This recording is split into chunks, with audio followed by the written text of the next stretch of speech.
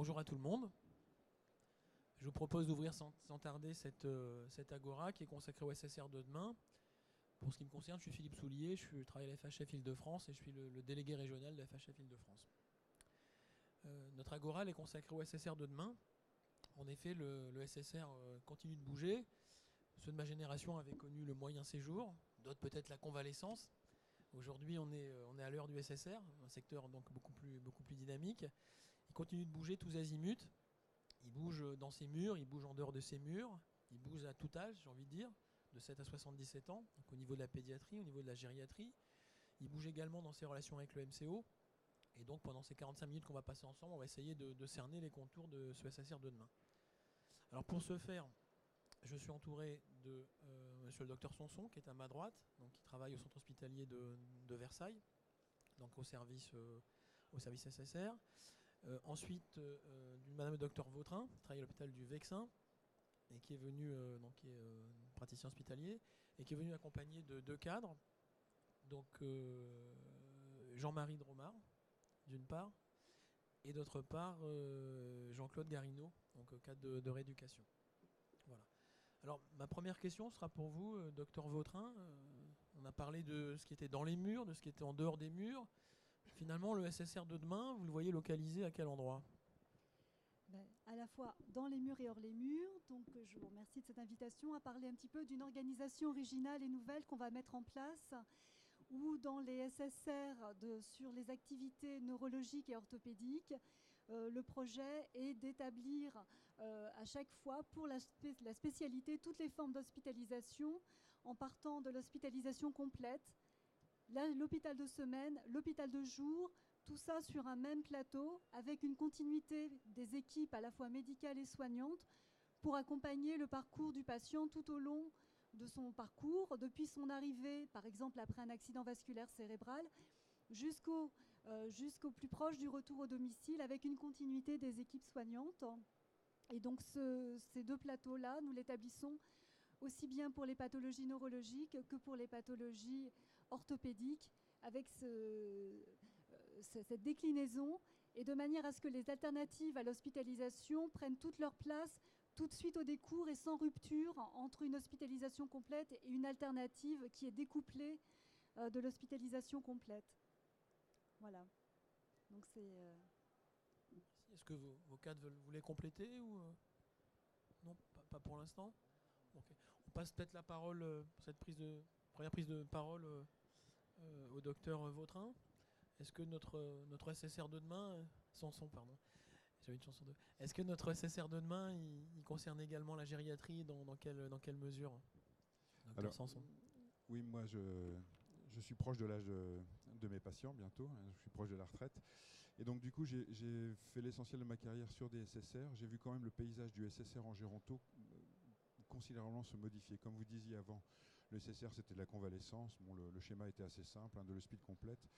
Là maintenant, sur le centre hospitalier de Versailles en tout cas, le SSR fait des entrées directes, c'est à peu près 15 à 20% de notre activité, donc domicile, entrée directe sur le SSR.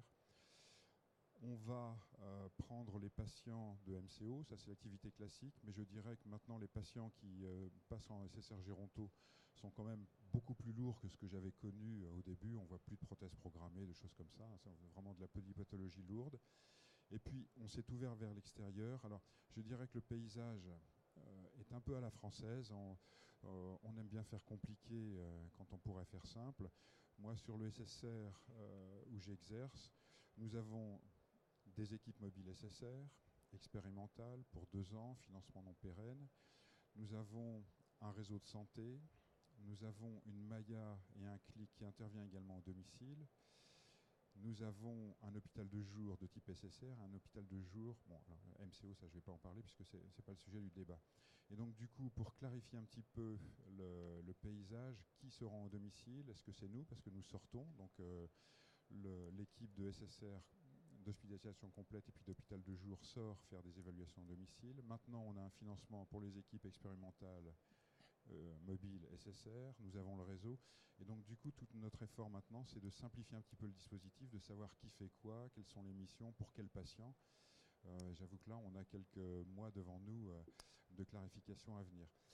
Par contre, je suis ravi vraiment l'évolution de la gériatrie de l'hôpital qui sort des murs. Je pense que c'est vraiment le sens qu'il faut adopter. J'ai vraiment le sentiment pour le faire maintenant, pour sortir là, et voir des patients âgés au domicile, qu'on évite quand même des parachutages aux urgences en catastrophe. On est quand même en anticipation. On fait également bénéficier, on met dans le circuit de soins, on a des actions de prévention, donc on réintègre dans le circuit de soins des vieillards qui échappaient aux prises en charge. Et donc moi, le SSR hors les murs, l'hôpital qui sort et qui va verrouiller ses sorties d'hospitalisation et puis qui évite les parachutages aux urgences en catastrophe, pour moi, je crois que c'est vraiment l'activité du SSR de demain. Vous voulez compléter ? Alors, nous, effectivement, on a aussi cette politique de relation entre la ville et l'hôpital. On a une politique qui va se mettre en place de faire entrer la ville à l'hôpital par le biais d'activités libérales, des rééducateurs, des kinésithérapeutes, qui va s'ouvrir, donc qui permet d'amener des patients qui ne trouvent pas de prise en charge de kinésithérapeute en ville, donc sur des professionnels qui sont vraiment experts dans la prise en charge de ce type de patients. Et l'inverse, l'hôpital qui va vers la ville, c'est nous aussi, nous avons des équipes mobiles AVC. Et alors là, c'est vraiment toute la découverte du domicile. Je dirais que c'est quelque chose qui, nous, en tant que médecins spécialistes, ne nous était pas ouvert, puisqu'au niveau médical, il n'y avait que les généralistes qui allaient au domicile. Et là, moi, je suis en responsabilité de cette équipe mobile. Je suis en train de découvrir un monde, le monde du domicile. Effectivement, beaucoup sur des demandes d'hospitalisation, alors qu'en fait, en se déplaçant à domicile avec une ergothérapeute, une assistante sociale, on arrive à faire un petit peu le tour de la question, on répond aux demandes, et souvent la réponse, c'est pas l'hospitalisation, mais c'est un aménagement du domicile, c'est avoir un peu plus d'aide, c'est un avis spécialisé sur est-ce qu'il y a quelque chose, est-ce qu'il y a des objectifs de rééducation. Le plus souvent, il n'y en a pas, mais c'est quelque chose de plus global et avec une réponse par les équipes mobiles qui est parfaitement adaptée. Bien évidemment, il faut s'intégrer dans tout ce qui existe déjà. Et c'est vrai qu'il faut qu'il y ait une connaissance des partenaires. Il faut pouvoir passer la main dès qu'il y a quelqu'un sur le terrain qui peut reprendre la main. Mais souvent, ce qui manquait, c'était de savoir interpeller le bon réseau, le bon professionnel. Et nous, avec notre connaissance un petit peu des professionnels, on arrive à remettre un peu des choses sur les rails. Voilà. Donc, si je peux me permettre, quels sont les freins, les leviers ? Et si vous deviez donner conseil à des gens qui se lançaient dans une expérience similaire à la vôtre, qu'est-ce que vous pourriez leur formuler comme recommandation ? Alors, pareil pour nous, l'équipe mobile AVC, c'est un dispositif expérimental de l'ARS Île-de-France. Donc, c'est eux qui ont nommé. Et puis, donc, nous, les freins, c'est est-ce que le dispositif va continuer ou pas ? On le souhaite, bien sûr. On essaye d'avoir un maximum d'activités pour que ça se poursuive. Les freins, c'est d'avoir des professionnels qui nous accompagnent. Nos freins principaux, on a un gros problème de recrutement des kinésithérapeutes, des orthophonistes et des médecins MPR. Je pense que c'est la même chose pour les gériatres également. Donc, après, les freins au niveau ils ne sont qu'institutionnels. Après, ça se lève. Du moment que vous avez un moteur de projet et des gens qui vous suivent, après, ça se règle. Mais c'est d'abord les personnes, des gens qui ont envie et des professionnels qui sont à recruter. Merci. Pour le docteur Sanson, il y a des freins, des leviers dans ce que vous avez décrit ? Alors, si je parle de ce qui est le plus innovant chez nous, qui est l'hôpital de jour de type SSR, les freins, l'argent. Nous, on a ouvert à DAF constante. Je pense qu'on a ouvert il y a 4 ans à un moment où mon établissement était en très bonne santé financière. Je ne suis pas sûr que la direction nous suive si on reposait le dossier aujourd'hui sur le bureau de la directrice. Donc il y a un problème clair de financement. L'autre frein, le recrutement de certains métiers, alors en particulier les kinés, c'est sûr, pour attirer un kiné compétent, dynamique, passionné par la gériatrie, bon voilà, c'est pas mission impossible, mais c'est très compliqué. Donc du coup, nous, on recrute beaucoup de STAPS, une filière qu'on peut recruter avec, quand on prend des niveaux master, ils sont formés à activité physique et handicap, donc on arrive à avoir des jeunes qui en veulent et qui sont compétents. Mais c'est vrai qu'il y a un vrai problème de recrutement. nous, en ce qui concerne l'activité SSR, peut-être contrairement à mes collègues de MPR, on est forcé, eu égard à nos financements, de faire des ateliers de groupe. Donc on prend 4 à 5 seniors et puis on fait de la restimulation, de la réadaptation, qu'elle soit cognitive ou physique. Du coup, c'est compliqué, ça s'écarte un peu des recommandations, parce que normalement, ce qui est recommandé, c'est de faire des prises en charge très individualisées, mais en groupe, ça devient vite complexe. D'un autre côté, si on va faire de l'individualisé, il faudrait recruter beaucoup plus d'intervenants qu'on en a les moyens.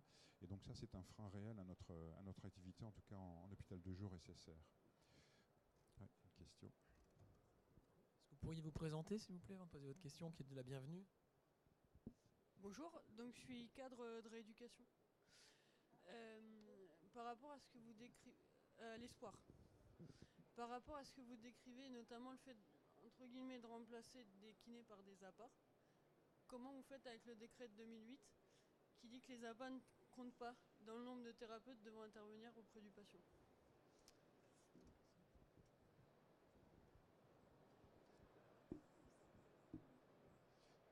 Vous êtes certaine que vous faites allusion aux hôpitaux de jour de type SSR?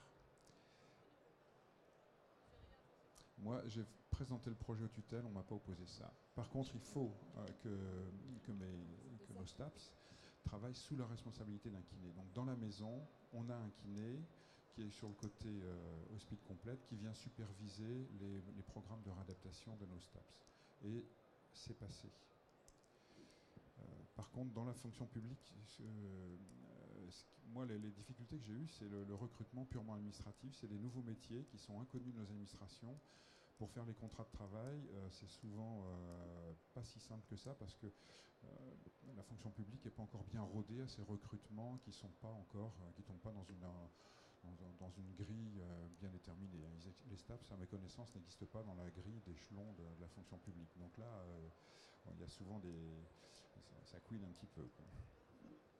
Docteur Vautrin, vous vouliez compléter la réponse? Oui, pour les APA, nous, en tout cas au niveau du codage PMSI, quand vous allez sur les moteurs de recherche pour les actes César, vous mettez APA et là vous trouvez toute une liste de codes qui peuvent établir.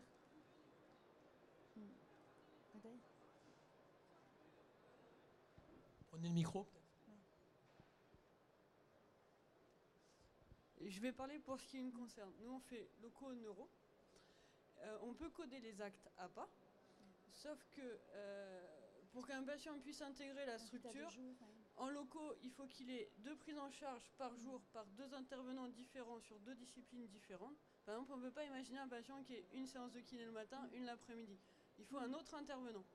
En neuro, on est à 3 intervenants. Et sur ces intervenants, l'APA ne compte pas. C'est orthophoniste, neuropsy, kiné, ergo. Même l'infirmière, à ma connaissance, elle ne compte pas. C'est le décret 2008. Votre élément de réponse sur les APA, le décret 2008? Alors, au niveau hôpital de jour, oui, c'est vrai que nous, ça passe. Peut-être que c'est on les compte comme APA, comme intervenants, et ça passe. Ils sont comptés, mais ils ne peuvent pas compter dans le total du niveau. Ouais, mais ils n'ont pas forcément mais bon. Voilà. Mais si M. Soulier se souvient, j'avais fait une présentation de mes intervenants et j'avais dit, l'ARS était présente, et j'avais dit à l'ARS Île-de-France que c'était un frein d'avoir une exigence de plusieurs intervenants de métiers différents et quelquefois non reconnus. La réponse de l'ARS a été: cette exigence, nous la maintenons pour la Géronto, en ce qui concerne la Géronto, cette exigence de 3 intervenants différents était maintenue pour les hôpitaux de jour de type MCO, pas pour les hôpitaux de jour SSR. Et donc là, on m'avait dit, docteur Sanson, vous pouvez très bien faire justement une prise en charge kiné matin, il déjeune, une deuxième prise en charge kiné l'après-midi, on ne viendra pas vous chercher des poux dans la tête. Et donc, ce mode de fonctionnement, ce que je croyais comme vous, c'était il y a 1 ou 2 mois, on a fait cette présentation, et on m'a clairement signifié qu'on pouvait très bien fonctionner comme ça.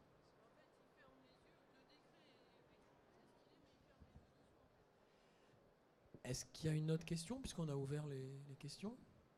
Est-ce qu'il y a une autre question dans le public à ce stade de la discussion? Non? Oui? Peut-être que... Voilà. Bonjour, Alban Trian à PHP.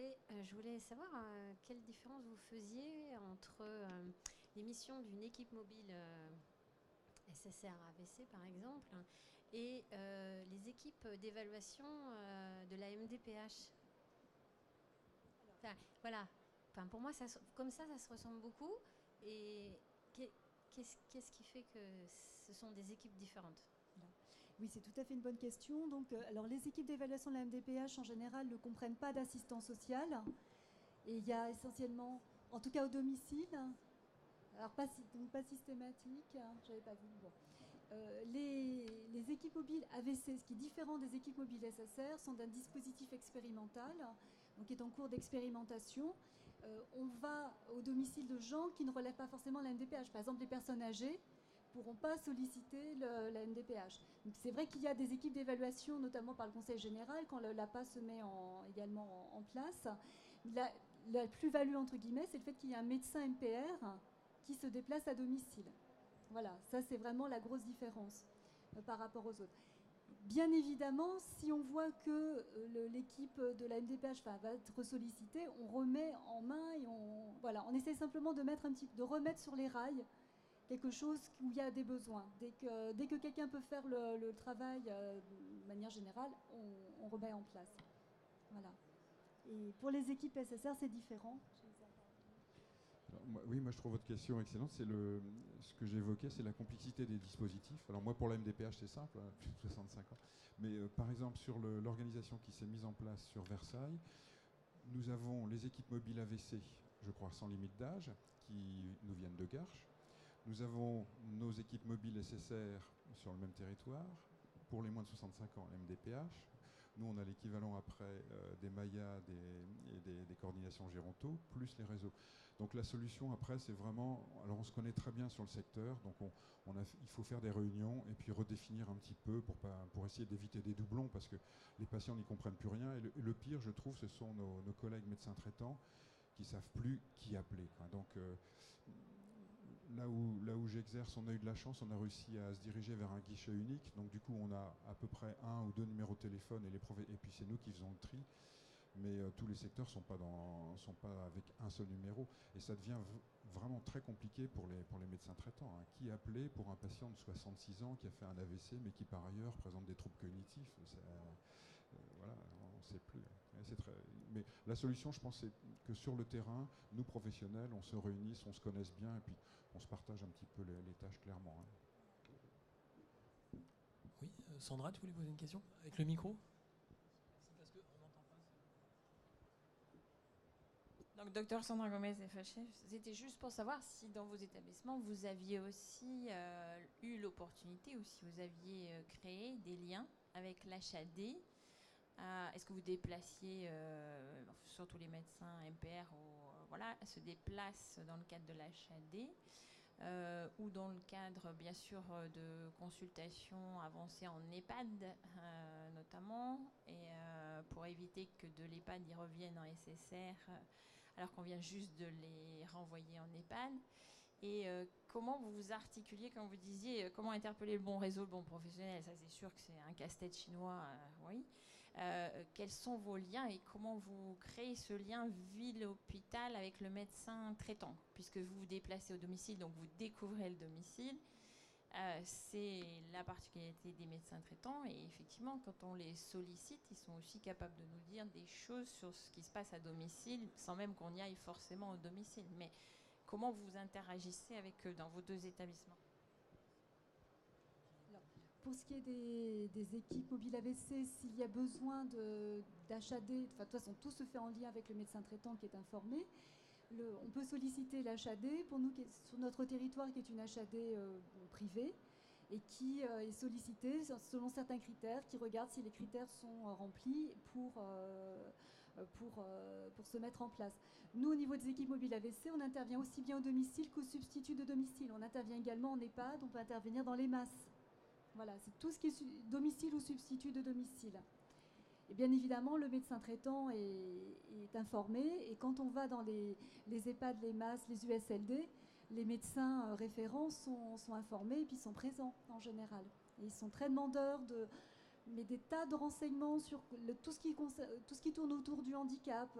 On y va, on croit venir pour un petit problème très centré, et puis on se retrouve à expliquer comment on gère des troubles de déglutition, comment on règle un fauteuil roulant. Enfin, voilà. Il y a énormément de demandes sur tout ce qui tourne autour du handicap.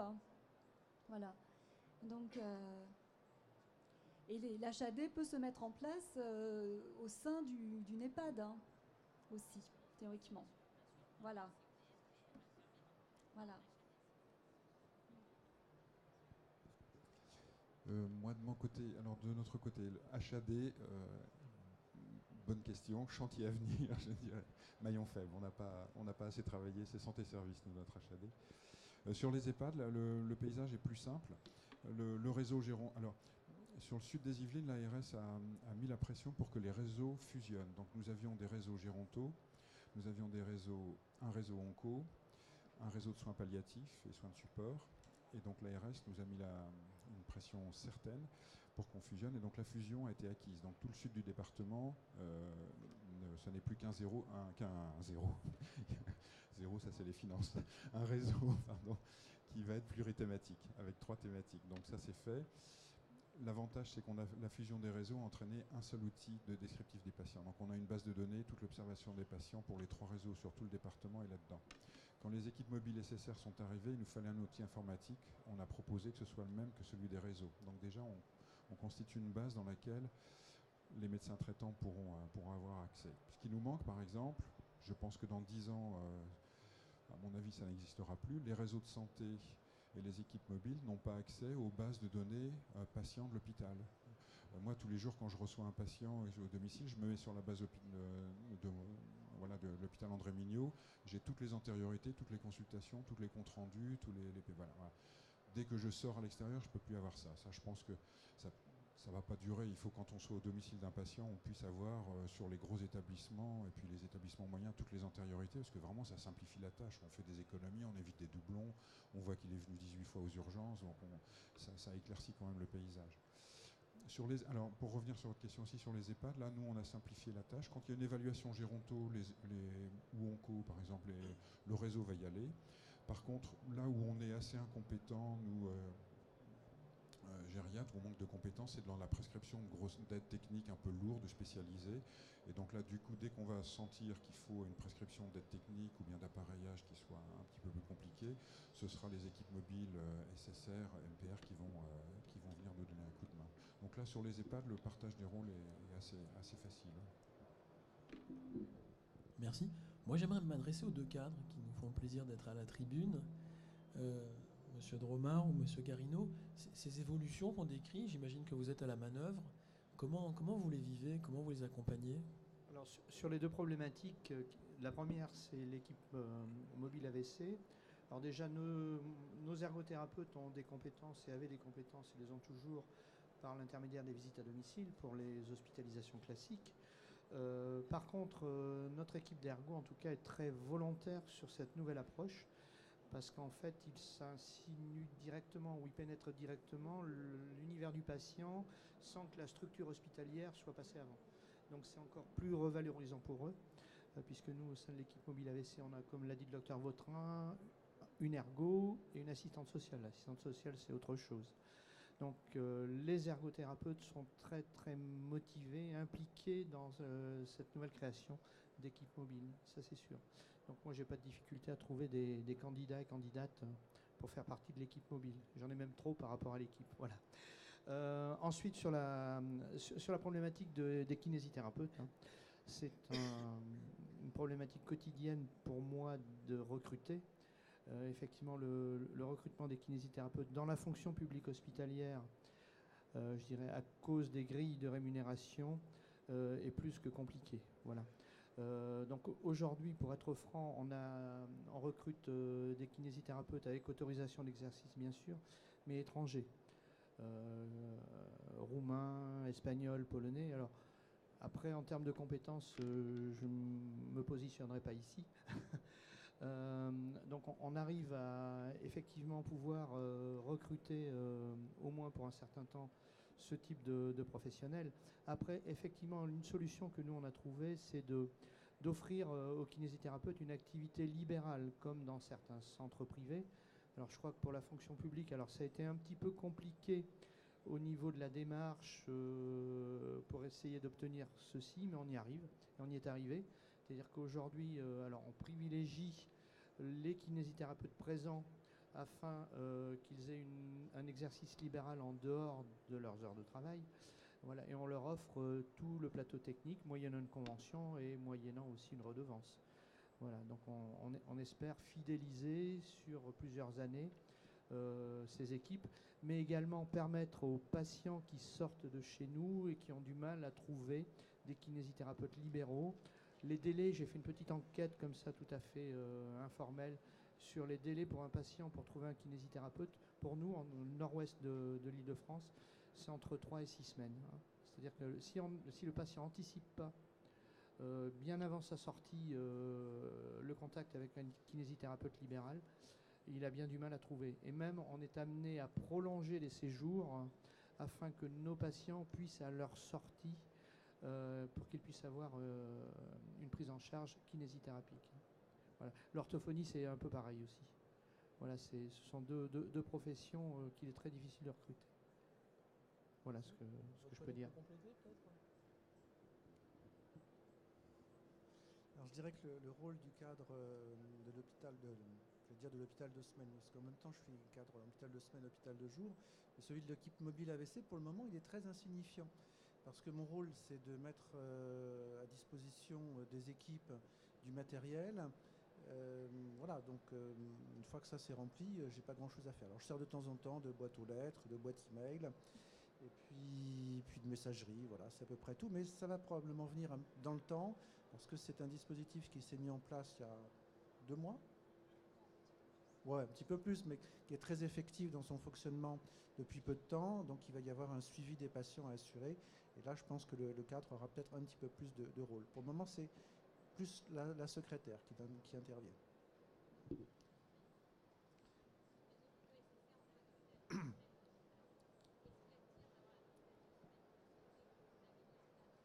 L'hôpital de semaine, moi, j'ai pas été à l'origine de cette création d'hôpital de semaine. Je peux vous dire que c'est un dispositif qui est excellent pour les patients qui viennent, comme s'ils venaient travailler, hein, ils viennent en rééducation, ils viennent travailler de manière intensive et ils rentrent chez eux le week-end. Donc pour ça, c'est un dispositif formidable pour les patients. Par rapport à l'hôpital de semaine, donc moi j'ai vu la création d'hôpital de semaine. L'idée au départ, c'était de dire il y a des permissions un petit peu partout dans les services de rééducation. Rassemblons toutes ces personnes qui partent en permission, fermons le service le week-end et on fera des économies de personnel. Ça, c'était ce qui a été à l'origine de la création de l'hôpital de semaine sur sa version actuelle. En fait, on s'est rendu compte que ça marchait difficilement parce qu'il faut d'abord commencer par faire une hospitalisation complète, puis après changer de service, changer d'équipe soignante. Et que finalement, si on additionnait les temps de séjour en hospitalisation complète plus celui d'hôpital de semaine, on s'est rendu compte qu'on allongeait les durées de séjour et ce n'était pas du tout le but. Donc d'où ce changement d'organisation. Et avec cette continuité, cette fois-ci, on réintègre les hôpitaux de semaine directement au sein des services. Quand le patient, il aura droit à une permission, ça va, ça marche pas. S'il veut continuer à partir en permission, il sera passé administrativement sur l'hôpital de semaine et il n'a pas changé de chambre, il n'a pas changé d'équipe et ça se fait vraiment dans une vraie continuité. Voilà, c'était ça l'objectif. Merci. Est-ce qu'il y a une autre question dans le public? Oui, madame. On va vous passer le micro et vous demander de bien vouloir vous présenter. Certains vous connaissent apparemment. Oui, en fait, je voulais poser des questions en ce qui concerne l'exercice libéral après le plateau technique, puisqu'en fait, j'ai eu une longue interview de votre cadre qui est à l'école des cadres et dont c'est le sujet de mémoire. Et on a longuement discuté et c'est pas si clair que ça. Et l'autre jour à la FHF, on en avait déjà aussi parlé et c'est pas si clair que ça. Donc je voulais savoir comment vous faites, puisque quand la personne a un contrat avec l'hôpital public, il semblerait qu'il faille qu'elle ne soit pas à 100% pour pouvoir exercer en libéral sur le site d'exercice. La première chose. Et la deuxième chose, c'est que pour que ça puisse se faire, les réponses que j'ai pour l'instant, c'est qu'il faut que ce soit des gens qui soient contractuels et qui ne soient pas en contrat enfin, dans le même contrat hospitalier. Alors, tout à fait. Vous avez tout à fait raison.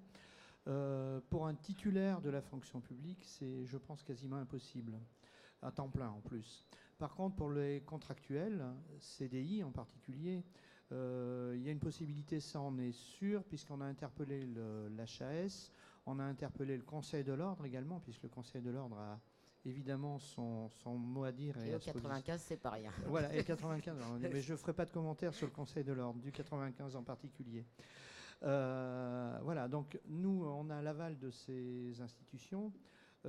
Après, dans la démarche, si on veut être pragmatique, le kinésithérapeute contractuel fait la demande au directeur, bien sûr. Il obtient ou non l'accord du directeur. Je pense que nous, ce n'est pas un problème d'obtenir l'accord. Et ensuite, il y a un dossier spécifique à remplir et à envoyer à une commission qui s'appelle la commission d'autorisation d'exercice libéral, qui est au ministère de la Santé, qui a 1 mois pour répondre, plus qu'15 jours si elle veut des pièces complémentaires. Voilà. Donc, il semblerait, puisque nous, on n'a pas... Alors, on a eu des candidats qui, pour différentes raisons, ont fait machine arrière ensuite, mais il semblerait que cette commission, en général, donne des avis pratiquement tout le temps favorables. Voilà. D'accord. C'est vachement plus contraint que de prendre des kinésithérapeutes libéraux et de leur louer le plateau. Parce que moi, c'est même pas moi qui l'ai créé, c'était déjà comme ça à l'hôpital quand je suis arrivée. La balnéo, elle est ouverte de 8h à 21h à Argenteuil. Elle est ouverte de 8h à 21h et elle marche à 80% avec des kinés libéraux qui l'utilisent. Et a priori, là, le contrôle de l'hôpital sur ce qui se passe là est complexe pour le cadre. Donc, je pense qu'au départ, c'est plus facile de mettre en place avec des kinésithérapeutes de l'équipe. Ça semble plus cohérent, surtout sur la fidélisation. Mais ça a l'air plus contraint quand même que ces kinésithérapeutes libéraux qui n'ont rien demandé, qui payent juste une location de la balnéo à l'hôpital. Alors, tout à fait. Alors, nous, la balnéo, on avait une balnéo ancienne, obsolète, qui n'aurait pas pu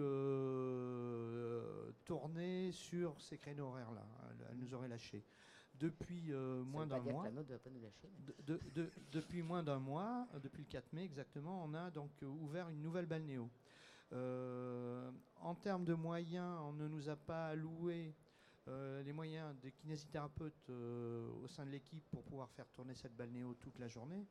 Donc il est prévu effectivement de louer, et j'ai déjà des contacts avec des kinés de Pontoise pour qu'ils viennent prendre en charge leurs patients en balnéo sur l'établissement, moyennant une convention. Alors effectivement, pour le cadre, c'est un peu le gendarme. Donc, j'ai pas eu encore à faire ça, mais je pense que... Alors, moi je suis en fin de carrière, mais ma collègue Christine, elle a quelques... Elle a vu. Voilà, je pense qu'elle est bien alertée, mais voilà. Ce que je peux vous répondre. Sur la balnéo, évidemment qu'on va arriver à louer assez facilement ce plateau-là. C'est tout. D'accord. Et vous n'avez pas d'expérience de l'ouverture sur le plateau en lui-même? Non, pas encore, puisque... Parce que ça peut résoudre quand même le problème des 3 semaines d'attente. Tout à fait, tout à fait. Mais c'est aussi pour ça, c'est aussi pour ça. À un moment donné, la direction avait pensé à créer des consultations externes de gens salariés en fait qui feraient des consultations externes. Et là, les kinésithérapeutes, quand j'en ai parlé à l'équipe, m'ont dit non, puisqu'en fait, nous, on veut bien avoir une activité, mais libérale, et on empoche directement les honoraires, quoi. Donc, mais je pense que là, il faut qu'il y ait un premier, pour être franc, et je pense que les autres vont suivre après. Parce que moi, j'ai fait les calculs, c'est quand même assez intéressant d'avoir une activité libérale en dehors de l'activité salariée, à sec, bien sûr, et en balnéo encore pire, puisque c'est coté beaucoup plus. Ok, merci. Pour vous dire la vérité, on doit avoir un directeur des finances autour de cette table, mais malheureusement, il est cloué au lit, il s'est décommandé ce matin. Voilà. Est-ce qu'il y a d'autres questions dans le... Oui, monsieur, s'il vous plaît.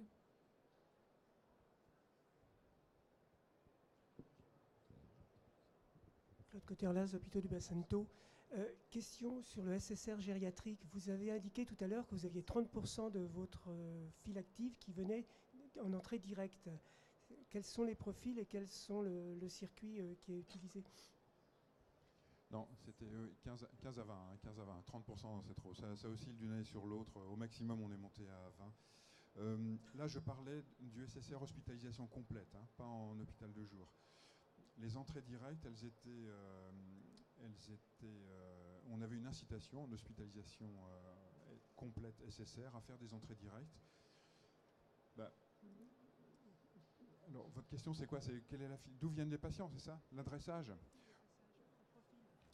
L'adressage, ce sont les médecins traitants, parce qu'à force quand on sort de l'hôpital, on finit par être connu, donc on connaît les médecins traitants connaissent bien notre offre de soins, et donc ils vont nous appeler directement. Alors il faut simplifier la filière, mais une fois qu'ils ont l'intervenant, ils adressent naturellement un SSR, parce que en particulier tous les patients qui ont des troubles cognitifs, ou bien qui ont des pathologies subaiguës, ou bien une intrication psychosociale, ça c'est des patients dont le profil est quand même plus adapté à une hospitalisation de bilan et une prise en charge en SSR qu'en MCO. Les vieillards un peu fragiles à comorbidité, les envoyer aux urgences et puis après éventuellement héberger en pneumo avant de trouver un lit en gastro et puis d'atterrir en court séjour gériatrique, c'est quand même une grande lessiveuse à vieillards, hein, ces parcours-là.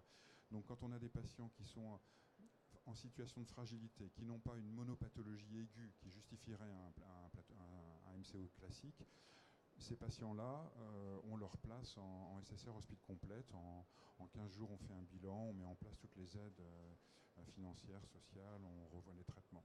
Sur le SPIC partiel, l'hôpital de jour SSR, là, l'adressage, au début, on pensait que ça raccourcirait nos durées de prise en charge à la fois en MCO et en SSR. On s'était dit, génial, on va faire de l'hospitalisation partielle. Et puis, alors ce modèle-là, il fonctionne probablement en MPR, enfin vous me direz si je dis une bêtise, mais en tout cas en géronto, je pense qu'il ne fonctionne pas bien. En fait, on n'a pas réussi à raccourcir les durées de séjour MCO grâce à l'ouverture de l'hospitalisation partielle en SSR. C'est pour ça que le virage ambulatoire en géronto, moi j'y crois assez peu. Alors on arrive quand même, il y a des patients qu'on arrive à prendre un petit peu, à remettre peut-être un petit peu plus tôt à la maison, mais pour moi c'est marginal. On ne va pas fermer des lits de géronto SSR hospice complète et les remplacer par des lits d'hospitalisation partielle SSR. J'y crois vraiment pas. Par contre, on a découvert, nous, à l'expérience, il y a des patients pour qui on rend des grands services. Alors, au début, on pensait que ce serait l'école du fémur, etc. Pas du tout, on a très peu pris.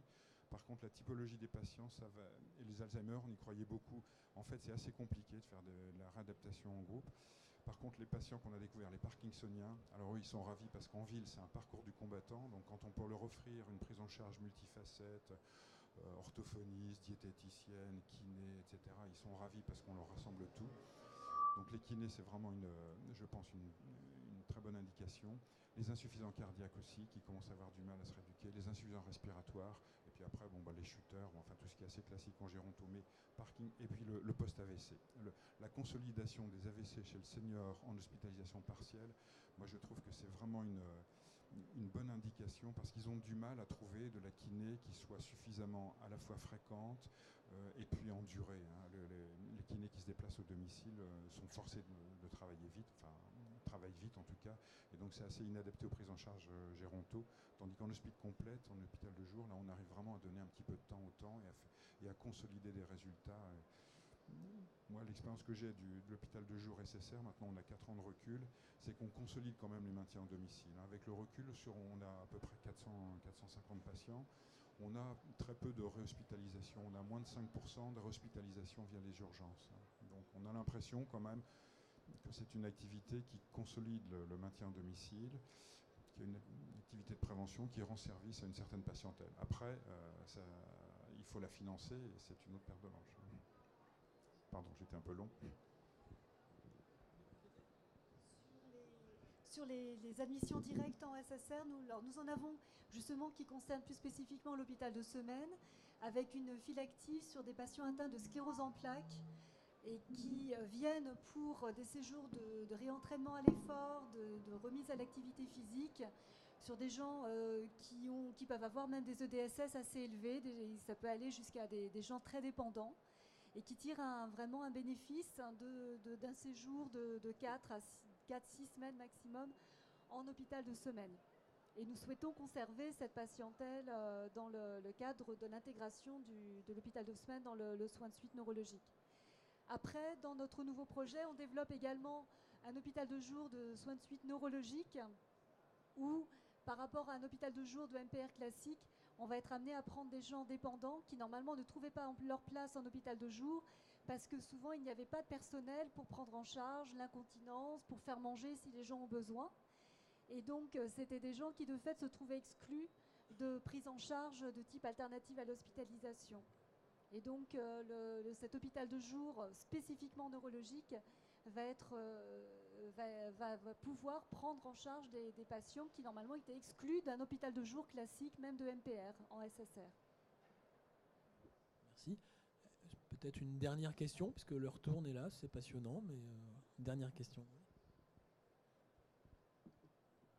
Merci. Oui, la dernière, ce serait de savoir, est-ce qu'il existe déjà des modèles de SSR à domicile ? Je pense par rapport au médico-social, par exemple, on a pour les enfants ce qu'on appelle les CESAD, qui sont composés d'ergots, de kinés, de médecins, d'assistants sociaux, etc. Et donc là, on a donc pour les enfants des CESAD, et donc ils interviennent dans les lieux écologiques de l'enfant, donc que ce soit à l'école, à domicile, le samedi, le mercredi. Donc voilà, pourquoi on n'a pas encore développé le SSR à domicile, ce qui serait quand même pour le maintien à domicile des personnes âgées, je ne sais pas, une espèce d'évidence. Alors pour ce qui est de la MPR, le modèle existe. Il y a une HAD de rééducation qui est à Aubonne et qui est en place, qui est là aussi expérimentale mais qui dure déjà dans le temps. C'est compliqué parce qu'il faut trouver des professionnels, il faut que ça corresponde à une certaine densité de population. Mais donc ça existe déjà. Une HAD de rééducation à Aubonne avec des prises en charge de rééducation existe dans le secteur du 95 Est. Voilà. Après, concernant par exemple la personne âgée, effectivement, nous on est sur un projet dont on a créé une CHT, une communauté hospitalière de territoire avec l'hôpital de Pontoise.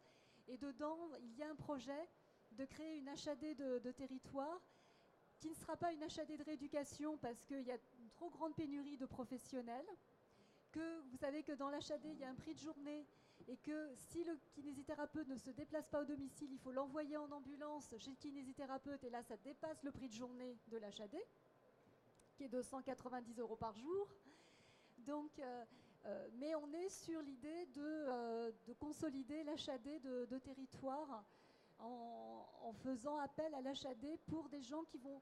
Je pense qu'il y a une vraie place de l'HAD quand quelqu'un a été hospitalisé longtemps, qui sort avec un handicap, et pour accompagner le retour à domicile. Quand quelqu'un rentre au domicile, qu'il est dépendant, qu'il va y avoir des tierces personnes, qu'il va y avoir un SIAD, qu'il va y avoir un kiné, une orthophoniste, et qu'il faut commander du matériel, installer un lit médicalisé, pour la famille, c'est vraiment très compliqué à gérer tous ces intervenants. Et moi, je pense qu'il y a au moins une vraie place de l'HAD pour accompagner cette sortie d'hôpital complexe. Il n'y a pas forcément de soins techniques, mais il y a vraiment une dépendance et tout un environnement à mettre en place. Ça peut être 15 jours, 3 semaines, ça peut être suffisant. Mais pour sécuriser des familles qui sont complètement perdues devant des multiples intervenants, et là, je pense qu'il y a, et ça, c'est ce qu'on essaye de mettre en place au niveau du territoire de notre CHT. Merci, docteur Vautrin. Vous voulez compléter, docteur Sanson ? Oui. Alors, les textes le permettent. Hein, l'HAD SSR, c'est possible en Géronto. Par contre, sur mon secteur, ça n'a pas été mis en place. Je pense que vous faites allusion à l'équilibre financier du dispositif. Et je pense qu'il n'est pas au rendez-vous. Et donc, je n'ai pas vu de projet se concrétiser sur mon secteur. Merci. On est au bout du temps qui nous était imparti. Peut-être une phrase de conclusion par équipe ? Je ne sais pas si vous le souhaitez. Le SSR d'après-demain, peut-être ? Je ne sais pas. SSR d'après-demain, c'est un SSR où il y a vraiment tous les professionnels qui sont là, qui sont fidélisés, formés. Et on travaille vraiment au service des patients qui en ont besoin. Et on ne laisse plus personne sur la route parce qu'il y a des zones non couvertes ou parce qu'il y a des endroits où il n'y a pas de professionnels. Pour moi, ça serait mon souhait pour le SSR de demain. Et pour le docteur Sanson ? Oui, du SSR au domicile, je pense que c'est une bonne idée. Moi, le SSR demain, je le verrai avec une fongibilité des données patients et puis des guichets uniques, beaucoup plus simple que ce qu'on a construit en ce moment. Merci aux intervenants et puis merci au public. Voilà.